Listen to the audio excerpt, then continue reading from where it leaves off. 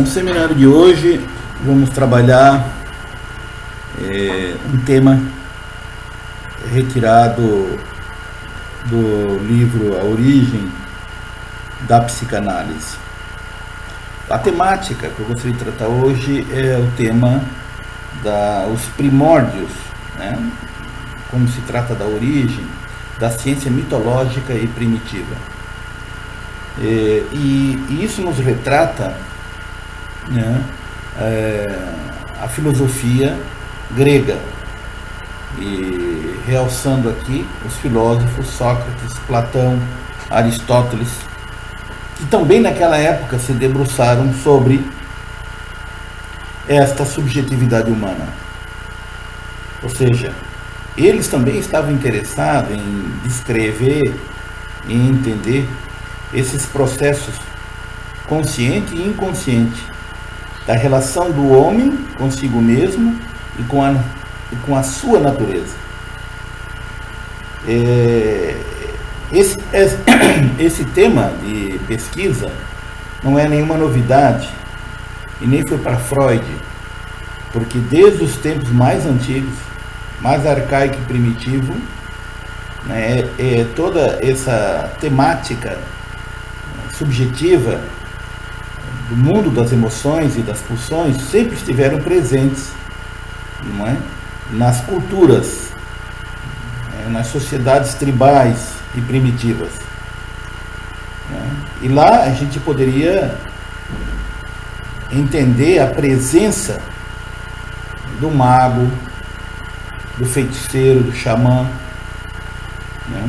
Aquele que por uma intervenção divina, né, tinha poderes sobrenaturais para fazer chover, curar doenças, eliminar as pragas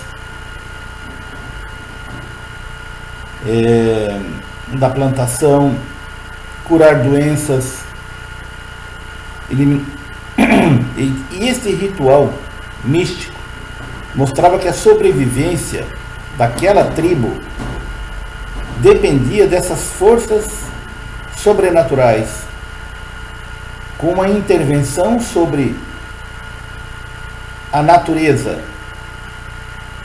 cósmica, mineral, vegetal e humana, sobre a intervenção desse poder divino. Isso é muito interessante entender, porque o homem inicia esse processo de diálogo com os fenômenos naturais e tentando buscar uma explicação, uma compreensão, um entendimento. Por isso que o xamã, o feiticeiro da tribo, tinha uma relação muito próxima, muito íntima com as forças da natureza, relacionada com a subjetividade da vida do homem. Por quê? Porque o próprio xamã, esse feiticeiro, estava curioso de saber da onde vinha esta fúria, esta violência, esta força da natureza. Por isso que quando a natureza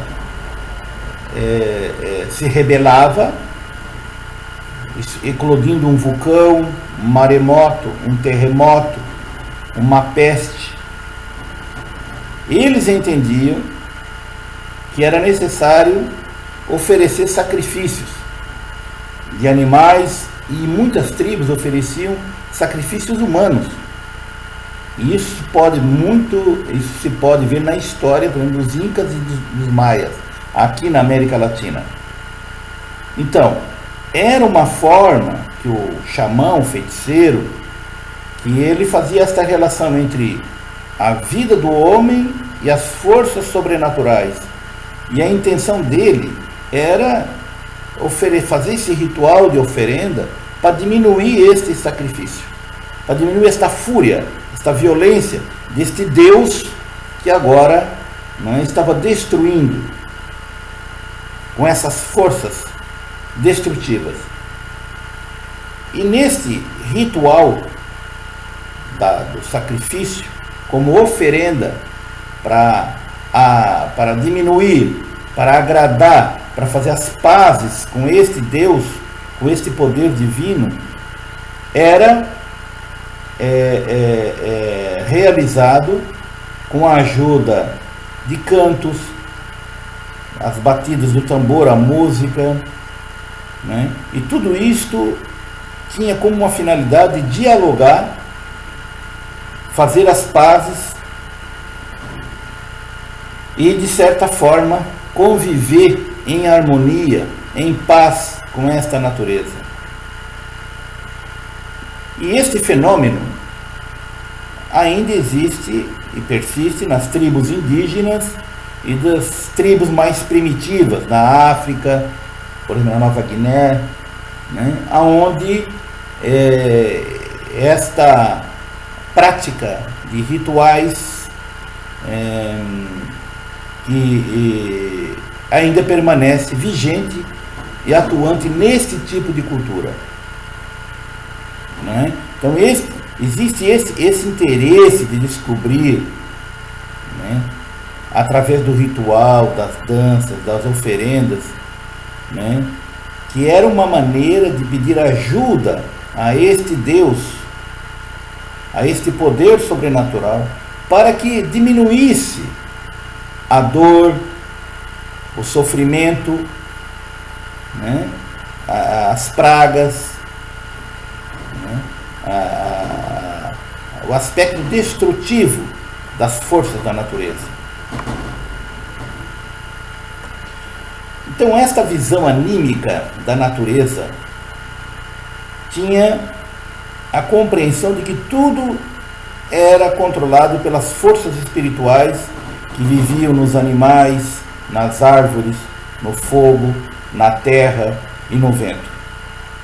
Então, o feiticeiro era aquele que sabia conviver com essa energia do bem e do mal. Quando necessitava das forças do bem para realizar uma cura, utilizava chás, máscaras, aromas, pinturas e, na maioria deles, entraram em estado de transe hipnótico. Este estado alterado de consciência despertava nele capacidades paranormais, como telecinese, premonição, clarevidência, viagem astral, né? Que conseguiam conversar com espíritos mais evoluídos e sabiam que estas ervas, e sabiam quais eram as ervas que deveriam usar para curar aquele tipo de doença. Este era a medicina natural, curativa desses curandeiros, né? O aspecto em que envolvia o aspecto psicológico, emocional. E vejam bem que se trata aqui realmente de um estado total de inconsciência, tratando o tema, né, do medo, da emoção do medo, da incerteza do futuro, da ansiedade, e fazia com que toda essa tribo entrasse num transe coletivo. E através desse transe coletivo aparecia então o espírito dos ancestrais. Esse ancestral tomava no estado de transe, né, o poder divino, sobrenatural, e aparecia com o rosto diferente, com uma voz desconhecida e com uma entonação nas suas palavras que eram levadas a sério como orientação espiritual para as suas vidas. Sempre exigia obediência, solidariedade e controle sobre seus comportamentos. Este espírito superior vigiava e controlava todos. Aos poucos, se tornou obrigatório expiar estas culpas. E uma das formas de reparação dessas transgressões era a punição, que quase sempre seguia um ritual de dor e sofrimento. Depois dessas tribos primitivas mais desenvolvidas procuraram modificar os seus rituais. E uma forma que eles encontraram de agradecer, de celebrar a proteção de Deus, dessa força divina, sobre a natureza, é que eles gostariam de participar desta força, de ter mais agilidade, né? De ser mais esperto, de ser mais inteligente. E eles começaram então a se identificar e querer usufruir de determinados tipos de poderes do mundo animal. A velocidade de um leopardo, a força de um leão, né? Então, eles, na verdade, estava sendo construído um processo, não é, de que a oferenda daquele cordeiro, né, poderia desencadear neles, quando comiam daquela carne, né, e bebiam daquele sangue, a proteção dessas forças poderosas e sobrenaturais. Ou seja, a morte daquele animal realizava a passagem, né, e eles investiam-se, através do sangue, da carne, daquelas qualidades. Por isso que muitos deles vestiam as peles desses animais e colocavam o rosto, né, a cara do animal, eles colocavam para que eles pudessem se revestir daquele poder que eles acreditavam que agora estariam com eles, e eles poderiam utilizar esse poder, esta força, esta coragem para efetuar a caça de outros animais. Este era o ritual, né, que eles tentavam elaborar e trabalhar para lidar com o tema da sobrevivência. Quando sentiam medo, eles procuravam nas grutas, nas cavernas, não é? E faziam seus desenhos daqueles animais furiosos, não é? que eles gostariam de capturar. Então, o desenho era um filme, né, descrito passo a passo de como é que eles iriam capturar aquele animal poderoso, aquele animal que esbravejava força e medo. Então a imagem, veja só, a imagem simbólica daquele ali cumpria esse papel. Quando eles colocavam o desenho, quando eles interagiam com o desenho, quando eles desenvolviam um método e percebiam na caverna o desenho de que eles estariam ali capturando, eles faziam, né, esse ritual de energia, de força, né, revestidos dessas máscaras, com aquelas vestimentas, das músicas. Então tudo isto influenciava positivamente, né, para o sucesso, né, dessa empreitada que era a caça desses animais ferozes. Este era o processo da sobrevivência, né, do homem primitivo arcaico. Então o feiticeiro, o xamã, ele na verdade conhecia o poder curativo, né, das forças da natureza, e procurava, através das poções mágicas, a manipulação de várias substâncias de ervas, né, que de forma indireta curavam e cicatrizavam as feridas, principalmente nos embates que tinham que ter quando enfrentavam esses animais furiosos que eles tinham que abater para poder se alimentar e sobreviver.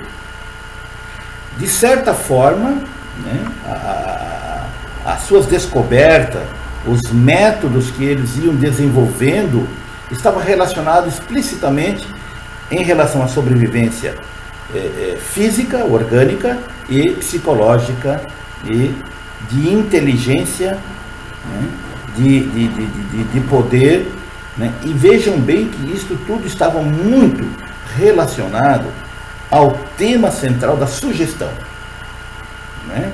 Ou seja, foram, na verdade, né, foram essa sugestão, esses rituais, essas celebrações, que levavam a esse transe hipnótico coletivo, em que depois as pessoas saíam convencidas, né, e tranquilizadas de que tinham a força, tinham o poder, né, de conseguir e realizar seus objetivos. E um deles era a caça, lógico, que tinha a ver com a sua sobrevivência, que era a fome. Bom, mas o que nos interessa nesse aspecto é essa tentativa de erro e acerto. Por exemplo, o xamã, o feiticeiro, estava interessado em descobrir quais eram as ervas realmente que funcionavam, né, na cura de determinado tipo de doença ou de sintoma. E interessante que este conhecimento era passado de geração após geração.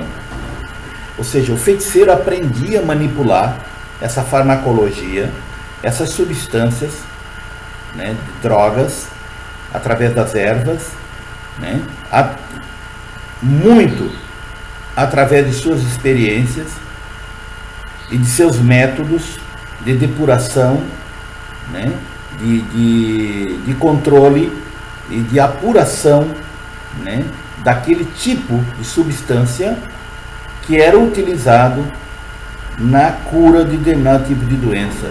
Então esses métodos, né, foi desenvolvido, né, e era muito respeitado e cultuado, porque ajudava, essa farmacologia primitiva, arcaica, ajudava as pessoas a enfrentar a morte e o tema da sobrevivência, né? E, de certa forma, né, o feiticeiro, o xamã, né,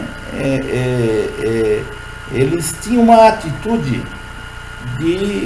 muito parecida com o cientista moderno, porque nos métodos experimentais também existem as tentativas de erro e de acerto, né? Então, de certa forma, aí já iniciava, né, a ciência, não a ciência moderna, mas uma ciência primitiva, arcaica, que estava tentando abrir caminho para a ciência moderna, né? Mas nós temos que entender que para que existisse a ciência moderna, teve que existir a ciência primitiva e arcaica.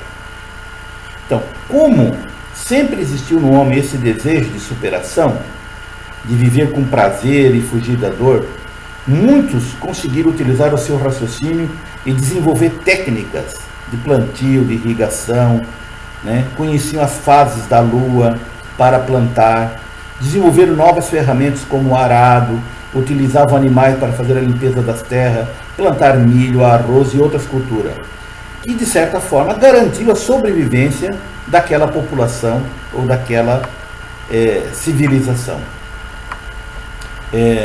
Outras civilizações conseguiram fazer estradas, manter estoque de carne e alimentos, né, no gelo, né, desenvolveram regras de convívio, descobriram a importância do conhecimento, surgiram as perguntas que exigiam respostas. Ou seja, as hipóteses estavam sendo lançadas para chegar a alguma conclusão. E no decorrer de milênios de anos, descobriu-se o sistema de irrigação, as construções das casas e como estas novas tecnologias de caça e pesca, na área da engenharia, na produção de alimentos, no desenvolvimento da educação, conseguiram, através desse esforço, uma competência para garantir a sobrevivência, né, e a evolução, né, da ciência. Foram necessários milhões de anos para que o homem pudesse entender que esses descobrimentos poderiam melhorar a sua qualidade de vida. Isso não tinha nada a ver com a intervenção divina. Aos poucos começou a entender que esta relação era uma cooperação de amizade do que de um milagre. O grande milagre, com o tempo, foi a descoberta de que a reflexão, a forma de pensar, as estratégias de métodos de entender e enfrentar os grandes desafios da natureza que levaram o homem a confiar no poder da razão. E esta reflexão e esta inteligência levaram o homem a fazerem novas descobertas. E com isso houve realmente uma influência, né, uma transformação na realidade existencial. Agora, entendia que já não estava mais sobre, né, o domínio dessas forças espirituais, mágicas, né, de espíritos que o dominavam. E tampouco descobriu que as forças do mundo animal estavam, na verdade,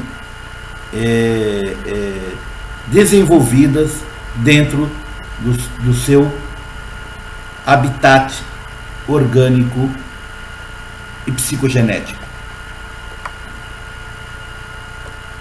E entenderam que era preciso sair deste mundo de magia e conhecer outros métodos para descobrir a origem desses fenômenos naturais com métodos mais apropriados. E isto começou a ser desenvolvido, por exemplo, nas civilizações como no Egito, na Grécia, na China, na Ásia. Esses fenômenos começaram a ser estudados sobre o olhar da razão e não mais da superstição e magia. Então já começou a haver uma separação, uma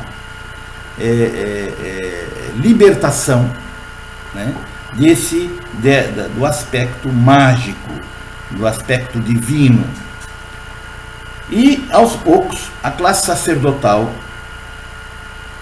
né, do poder religioso começou a desaparecer, porque as pessoas já não tinham tanto interesse assim nos mitos, magias e superstições.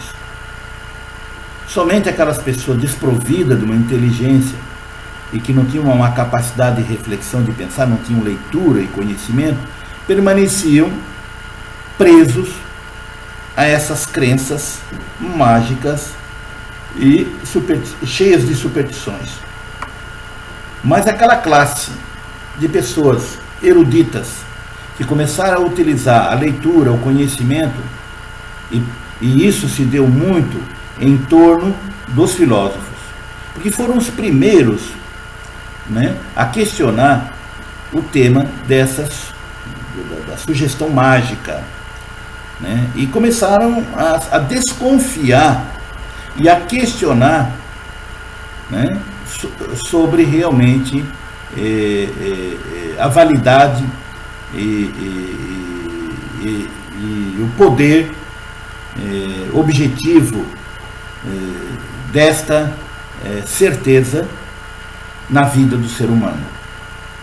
Então esta evolução histórica da ciência remonta à origem dos primatas, né? Então todas essas experiências, né, serviram para, ou abriram um caminho para que chegássemos hoje ao conhecimento científico moderno, né? Ou seja, este empirismo, né, esteve presente e ainda está presente na medicina, na agricultura, nas tecnologias de engenharia, de agricultura, que naquela época, mesmo sem ter consciência da utilização de métodos, inconscientemente eles tinham um método. Eles só não sabiam descrever os passo a passo, mas eles estavam utilizando o método. Foi através dessas tentativas e erros e de suas experiências que eles conseguiram sim fazer grandes descobertas. Então, temos que enaltecer, né, esta força de vontade, esta curiosidade do homem primitivo, né, que entendeu que conhecer os fenômenos da natureza não podia se dar somente pela percepção dos 5 sentidos. Entendiam que esta fenomenologia emocional e psíquica, elas estavam, de certa forma, extravasavam, estavam além da percepção, né, dos 5 sentidos. Ou seja, existiam fenômenos que não eram possíveis de ser vistos, né? E isso se acontecia no mundo das plantas, no reino mineral, no reino vegetal e no ser humano. Então, todos estavam de acordo de que existia um mundo invisível que não podia ser mensurado, controlado, tocado, manipulado. Esta energia da natureza, de certa forma, ela era perceptível, porque qualquer pessoa pode perceber e enxergava a presença, por exemplo, dos maremotos, dos tufões, das enchentes, da erupção vulcânica, dos terremotos, doenças, pestes, maremotos e etc. Então, ninguém pode duvidar e ninguém pode fazer de conta de que esta realidade não existe. Ou seja, essa energia, ela, de forma destrutiva, fazia parte deste fenômeno natural. E, de certa forma, não podia ser explicada simplesmente através, né, da magia e da superstição. Agora o homem necessitava utilizar a razão e do seu conhecimento para ter uma explicação mais fidedigna e mais próxima da realidade. Então, essas culturas primitivas, arcaicas, não tinham muitas opções, porque eles estavam num processo de entendimento, de esclarecer, de compreender a presença desses fenômenos. Por isso que esses rituais religiosos, né, o papel do sacerdote, né, que realizava a interpretação para o povo menos culto da sua época. Em todas as civilizações houve uma classe de pessoas desprovidas do conhecimento e da erudição. E sempre houve uma classe que detinha o conhecimento, que sabia ler, que sabia escrever, que estudava. E tinha toda uma classe que não tinha acesso ao conhecimento. E me parece que esta realidade ainda está presente na sociedade atual, moderna, pós-moderna. Ela permanece ainda, né, permanece ainda sob o controle de determinadas classes que detêm o poder do conhecimento científico, né? Muda-se os nomes, muda-se a compreensão e entendimento, mas o objetivo, né, de ter o conhecimento científico permanece ainda em determinadas classes elitistas de uma sociedade, né, que se fecha para se proteger em torno deste poder que a ciência tem, que o conhecimento tem, e que isso não é viabilizado, que isso não é permitido a toda a classe subalterna, aos menos privilegiados, àqueles que não têm chance e nem oportunidade de conhecer a ciência. Veja bem que, de certa forma, isto se reproduz na sociedade pós-moderna, ou na sociedade moderna, como queiram. Então, ou seja, estas convenções de uma elite do poder político e religioso, ficou estabelecido, né, de quem eram os representantes deste conhecimento científico na Terra. Então, de certa forma, no início houve realmente uma relação muito estreita, muito próxima entre ciência e religião, né? Porque ambas queriam explicações para esses fenômenos, mas ao mesmo tempo queriam uma comunicação com esse mundo espiritual. Por isso que no início houve realmente uma aproximação muito grande.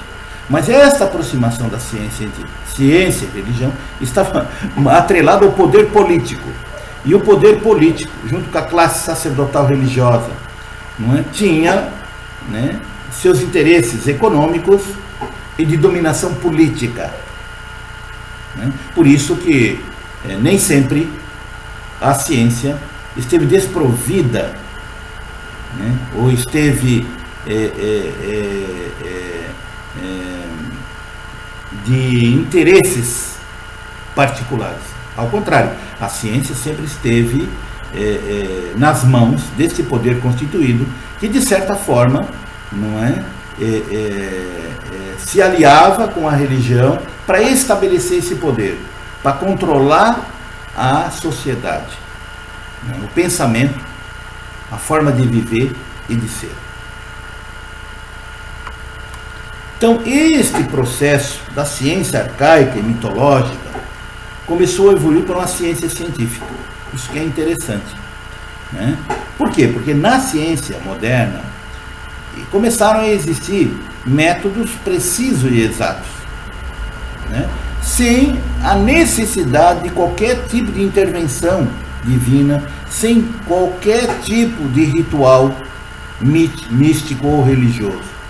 Ou seja, os cientistas provaram, os filósofos, de que era possível fazer ciência sem e descobrir os fenômenos da natureza sem necessariamente, né, a utilização de rituais, né, de crenças religiosas em relação a essas descobertas.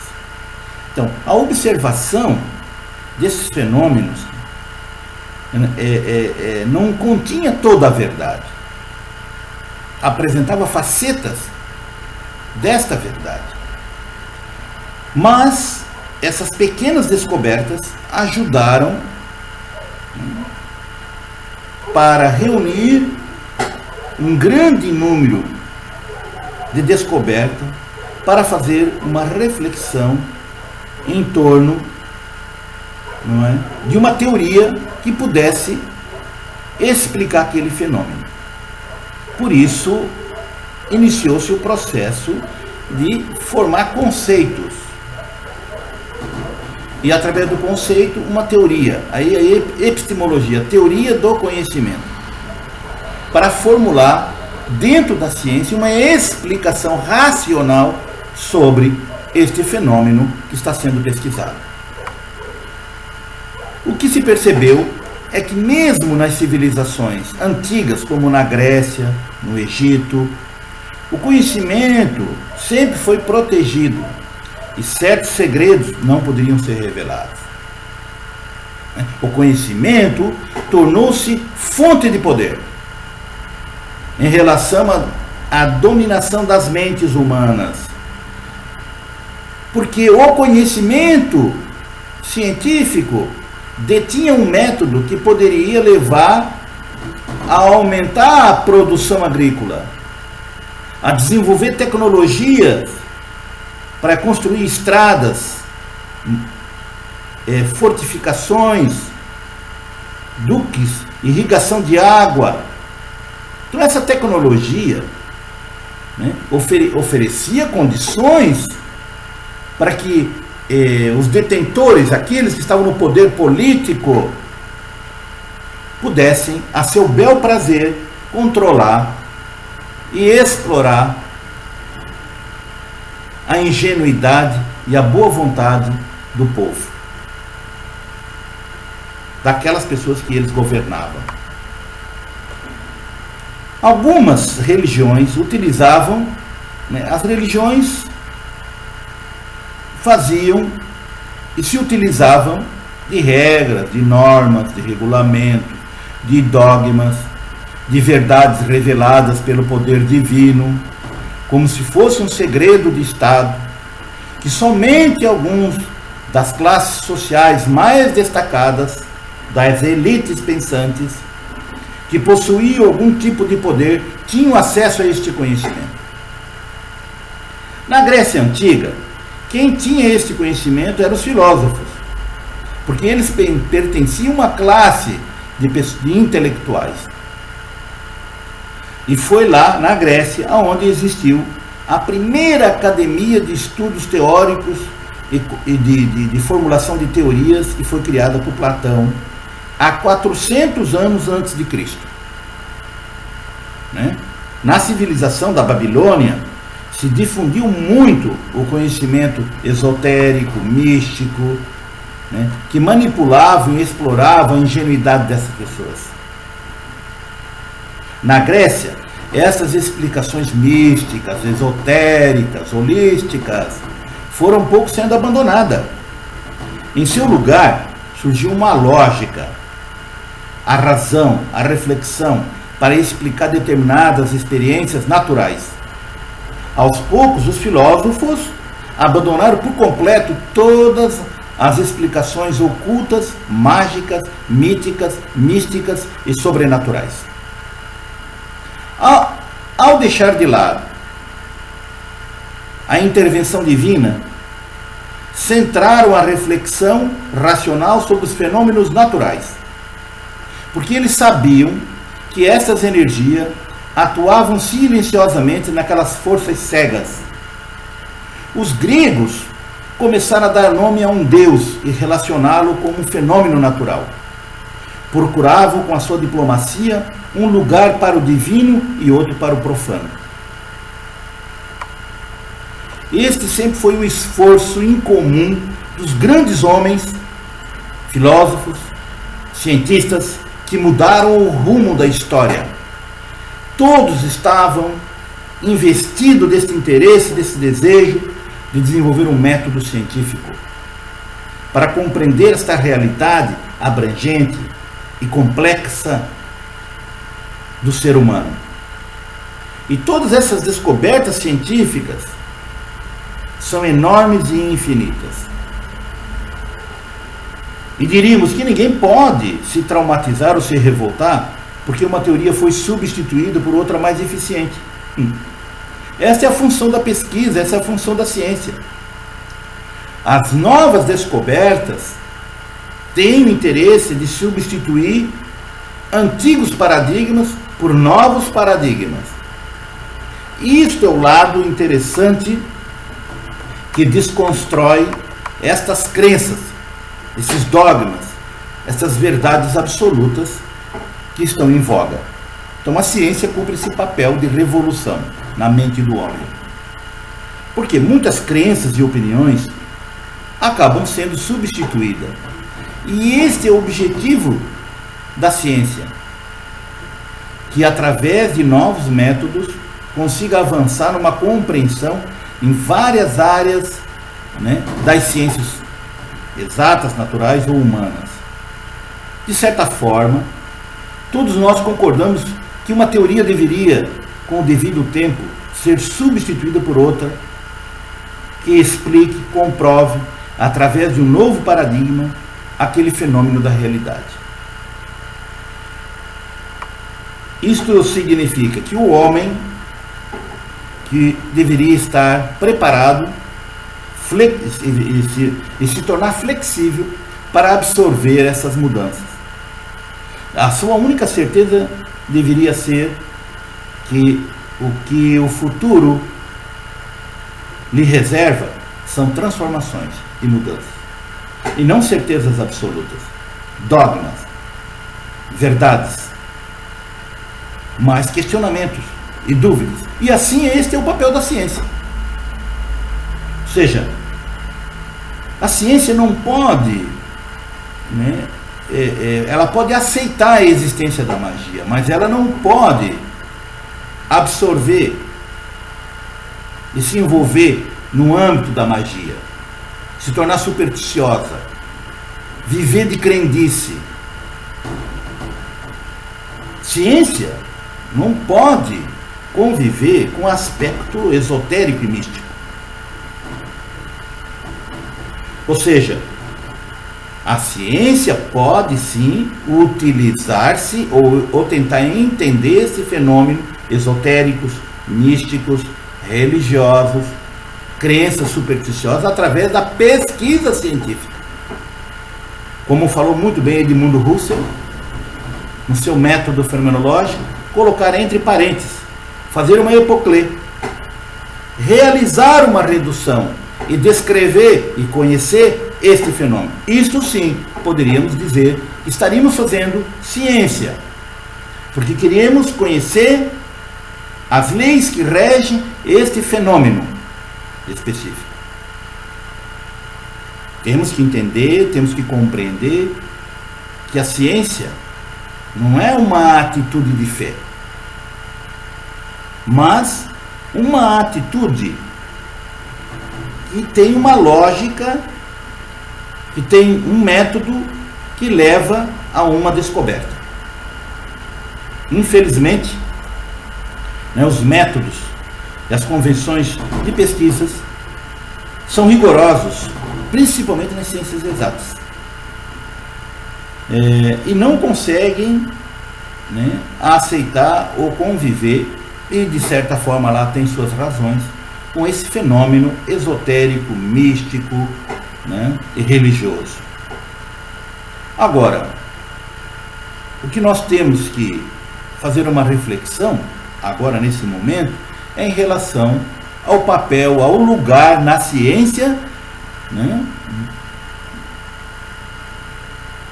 dos fenômenos psíquicos e inconscientes. Este lugar, não chamar a psicanálise de pseudociência, chamar para a psicologia de pseudociência, a antropologia, ou seja, não, as ciências humanas, elas têm o seu lugar como ciência e como tal tem seus métodos específicos para entender e descrever esta fenomenologia, esses fenômenos que aparecem na psique humana. Ou seja, é possível sim realizar uma explicação plausível através dos conceitos que podem ser observados, controlados e comprovados através de uma experiência clínica, por exemplo. Ou seja, além do mais, a psicanálise ou as ciências humanas, elas podem sim provar, através do seu método, a transformação, a cura ou a mudança de um comportamento através de um método específico. Vamos dizer assim, esta não é um experimento, mas é uma experiência vinculada ao afeto, é uma experiência vinculada ao amor. É diferente, porque você não trabalha com uma coisa, com um objeto, relação sujeito-objeto. A relação sujeito-objeto é um vírus in vitro que está sendo controlado pelo biólogo e testado este experimento no controle dessas variáveis para mensurar e controlar aquele fenômeno. E depois aquele método encontrou a bactéria ou o vírus que realmente cria aquele tipo de doença. Então o cientista pode realmente seguir aquele método, vai encontrar o mesmo resultado. Por isso a hipótese confirma diante daquele problema de pesquisa. Isso lá nas ciências biológicas e médicas. Mas nas ciências humanas, e principalmente na ciência psicanalítica, também se pode desenvolver um método de intervenção na leitura da expressão dessa energia psíquica inconsciente, que dialoga com o psicanalista através dos símbolos e das imagens, e redirecionar esta energia, canalizar a expressão desta inteligência criativa para a sua felicidade, a sua realização e, por que não dizer, a sua cura. A sua salvação. Salvar-se é curar-se. Então, a psicanálise, ela pode desenvolver um método descritivo, hermenêutico, que seja plausível e que estes fenômenos possam ser refletidos, discutidos e aprimorados na eficiência da sua clínica psicanalítica. Ou seja, então, em vez de nós utilizarmos o experimento de laboratório, o laboratório do psicanalista não é in vitro, é in vivo, é vivo. São emoções. O psicanalista, o cientista trabalha, não trabalha com cadáver, como na medicina. Trabalha com a pessoa viva. Aquela pessoa que chora, que reclama, que está infeliz, que está depressiva.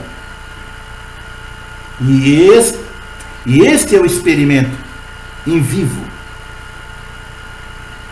É disso que nós estamos falando. Que o método nas ciências humanas, principalmente na psicanálise, ela é completamente diferente. E não por ser diferente, deixa de ser rigorosa, deixa de ser científica. Então as ciências da psique têm sim esta preocupação, os cientistas, em comprovar através do método, clínico, controle de variáveis, a testagem de uma hipótese. Por isso que é interessante, que para entender estas convenções das ciências exatas e seus métodos experimental, tem que investigar e conhecer a origem da ciência. Porque vejam bem, há 10 mil anos, no Oriente Médio, os cientistas, os inventores, aqueles que faziam invenções, começaram a reunir seus estudos e aplicaram à sua vida cotidiana. Eram inventores e faziam invenções. Então tudo começou pela observação. O ser humano, ele é curioso. E começou a fazer alguns testes sobre a utilização de alguns tipos de chá, de plantas, que depois, com o tempo, se tornou um uso na medicina. Ou seja, se descobriu que aquela substância daquela planta, ou que aquele tipo de alimento, poderia dar resultado e ajudar na sobrevivência humana. Esses estudos também incluíam animais domésticos. E começaram a utilizar como uma força para mover pedras. Ou seja, então, o homem também descobriu que poderia pegar esses animais selvagens e domesticá-los para utilizar como uma força para mover pedra, carregar mercadoria. Que somente depois, com o tempo, é que foi descoberta a roda. E, através da roda, então, que se criou a possibilidade de transportar grandes pesos através do transporte com utilização das rodas. Ou seja, esses inventos tinham um método. Existia um inventor, estava o quê? Descobrindo algo novo que estava ajudando a solucionar algum tipo de problema. Então essas novas descobertas como a fabricação de roupa com pele de animais, a utilização do algodão para tecer as panelas, jarros e demais utensílios domésticos que eram feitos de cerâmica, sem falar na fundição do ferro, na utilização, né, da fabricação de armas. Então, eram vários métodos e maneiras que as pessoas tinham para poder sobreviver. Vejam bem, entre 3 a 4 mil anos antes de Cristo, na Idade Neolítica,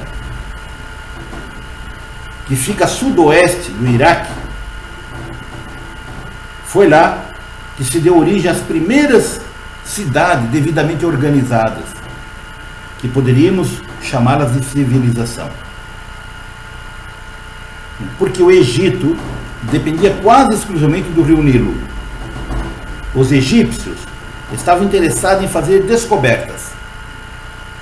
Eram autossuficientes e baseavam seus deuses que protegiam seu estilo de vida, mas desenvolviam uma ciência que estava muito interessada no tema da irrigação e no plantio, às margens do rio Nilo, que era a agricultura que iria garantir a sua sobrevivência. Então, nós podemos perceber que essa civilização estava interessada em dialogar, em trocar informações e conhecimento com outras culturas, porque perceberam que esse intercâmbio cultural aumentava o seu poder de dominação. Com a invenção da escrita hieróglifa, né, ou seja, foi possível, né, passar o conhecimento, né, e se relacionar com outros povos e etnias. Então, o Egito se tornou um império no 4º milênio antes de Cristo. Conseguiu sobreviver a 2.000 anos. 2.000 anos ele conseguiu sobreviver. E nesses 2.000 anos houve tempos, períodos de estabilidade e de instabilidade dessas dinastias imperiais. Os faraós eram déspotas e autoritários. Nas suas decisões, utilizavam-se dos súditos e prometiam uma vida cheia de felicidade. Defendiam a justiça e a igualdade. E tudo isso hoje pode ser percebido, pode ser compreendido e entendido ou averiguado nos escritos dos papiros. E isto, né, há 3.500 anos antes de Cristo. Né? Então esse Cyperus Papyrus era encontrado nos cernes e nas folhas das árvores à beira do rio Nilo. Foi ali que surgiu a primeira folha que foi escrita, o primeiro papel. Isso também é uma invenção, é uma descoberta que transformou, que levou e que criou a possibilidade que o conhecimento agora poderia ser escrito e que poderia ser passado de geração após geração. Por exemplo, a construção da pirâmide de Quéops, né, que possui mais de 2 milhões de pedras de calcário. Ou seja, essa engenharia precisava não só de imaginação, de desejo, de mística, mas de cálculos de engenharia para erguer essa gigantesca estrutura e mantê-la intacta, inclusive até os dias de hoje. Além disso, era preciso manter esta força operária de mão de obra de mais de 100 mil pessoas, graças ao quê? A alimentação de alho, rabanete, cebola que era uma alimentação que os faraós colocavam na alimentação desses escravos, né, para que eles não corressem o risco de serem infectados pela cólera, pelo tifo e pela disenteria. Olha, já aí a inteligência, né, dessa medicina primitiva, mas que de certa forma tinha sua eficácia. Por exemplo, os princípios da matemática eram utilizados sim para construir essas grandes pirâmides. Existia sim um método, cálculos, que desenvolveu essa engenharia. Queiramos ou não, os egípcios possuíam essa ciência prática. E, de certa forma, deixaram a reflexão e o pensamento para os gregos. Enquanto os romanos adoravam conquistar e mostrar o seu poder militar. Então, em cada civilização, em cada cultura, se sobressaiu algo de novo. Nos egípcios, é a questão da engenharia e da matemática.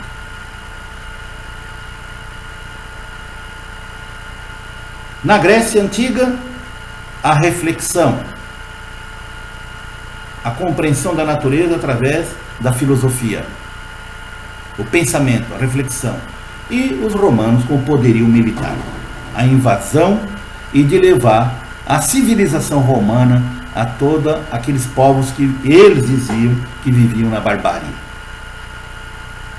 Então, começamos a entender que os egípcios possuíam essa capacidade, através da sua engenharia, dos seus cálculos, de transportar milhões de pedras de calcário, e eram ótimos administradores, porque tinham um exército de escravos. Para quê? Para erguer essas enormes pirâmides. Queiramos ou não, eram líderes, espertos na arte de prevenir as doenças do tifo, da disenteria e da cólera. Pois descobriram que era possível incluir na dieta alimentar desses trabalhadores rabanete, alho e cebola, que hoje a ciência concorda que são excelentes antibióticos naturais para matar essas bactérias. Vejam só.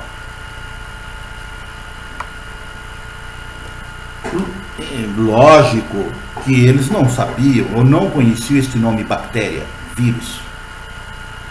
Mas seu conhecimento de medicina natural já era bastante avançado, porque de certa forma, de empírica e natural, eles conheciam o poder dessas doenças e utilizavam dessas plantas alimentícias para o combate dessas doenças. Ninguém pode considerar que os egípcios conheciam a ciência.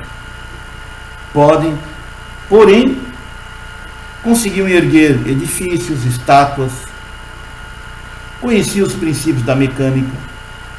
É lógico que eles ainda não tinham sistematizado um conjunto de conhecimento científico, uma teoria para os construtores que pudessem seguir. Mas seus conhecimentos eram práticos. Eles não estavam muito preocupados com uma descrição de métodos, e muito menos de uma teoria. Infelizmente, esta evolução do conhecimento utilizado na engenharia acabou ficando obsoleta porque não houve evolução. Faltou ao egípcio novas ideias e métodos capazes de propor novas formas de edificações. E aí que está o tema da importância do método, do desenvolvimento de novas tecnologias, de aprimoramento. Por isso que se tornou obsoleto. Isso também pode se observar também na decadência da astronomia, na sua visão prática, o resultado operacional para calcular o tempo, Os astrônomos não tinham uma teoria para explicar a origem do Sol, da Lua e muito menos dos planetas. Mas eles tinham uma vaga compreensão de que os planetas se movimentavam entre as estrelas. A maneira de se comunicar era através de símbolos que eram desenhados nas paredes como um significado religioso. Nessa tradição histórica, os cientistas egípcios eram sacerdotes. Assim, eles tentavam explicar a natureza do universo, sobre o enfoque na vida após a morte. Sua maneira de entender os fenômenos do universo eram explicados através dos mitos. Assim explicava a origem da Terra, descrevendo o mito de Osíris. Os sacerdotes não tinham o desejo de estudar o universo sobre o enfoque da física, mas entender a origem dos planetas, do Sol e da Terra sob a explicação mítica, religiosa. Esta explicação espiritual era o centro de suas reflexões. Então, os sacerdotes eram os guardiões deste conhecimento religioso. O calendário era descrito em 3 estações, conforme o costume egípcio: inundação, plantação dos campos e a colheita.